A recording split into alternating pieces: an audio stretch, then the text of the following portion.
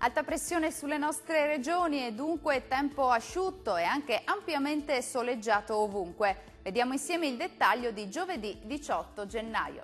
Sul Veneto sarà una giornata all'insegna del bel tempo, sarà infatti ampiamente soleggiato su tutti i settori della nostra regione. Il cielo si presenterà poco o parzialmente nuvoloso con locali ma innocui addensamenti. Temperature massime comprese tra 5 e 9 gradi, valori minimi tra -3 e 0 gradi.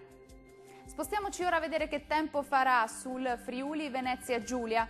Anche qui il tempo sarà asciutto e stabile su tutti i settori, non sono previste precipitazioni degne di nota. Sarà ampiamente soleggiato ovunque e il cielo si presenterà poco o parzialmente nuvoloso. Le temperature massime saranno comprese tra 6 e 10 gradi, minime tra -3 e 1 grado circa. Concludiamo infine con uno sguardo alla situazione del Trentino Alto Adige. Bel tempo anche sulla nostra regione, sarà una giornata caratterizzata dal sole. Il cielo si presenterà sereno o poco nuvoloso ovunque, qualche addensamento e locali nevicate a 500-600 metri sui confini alpini.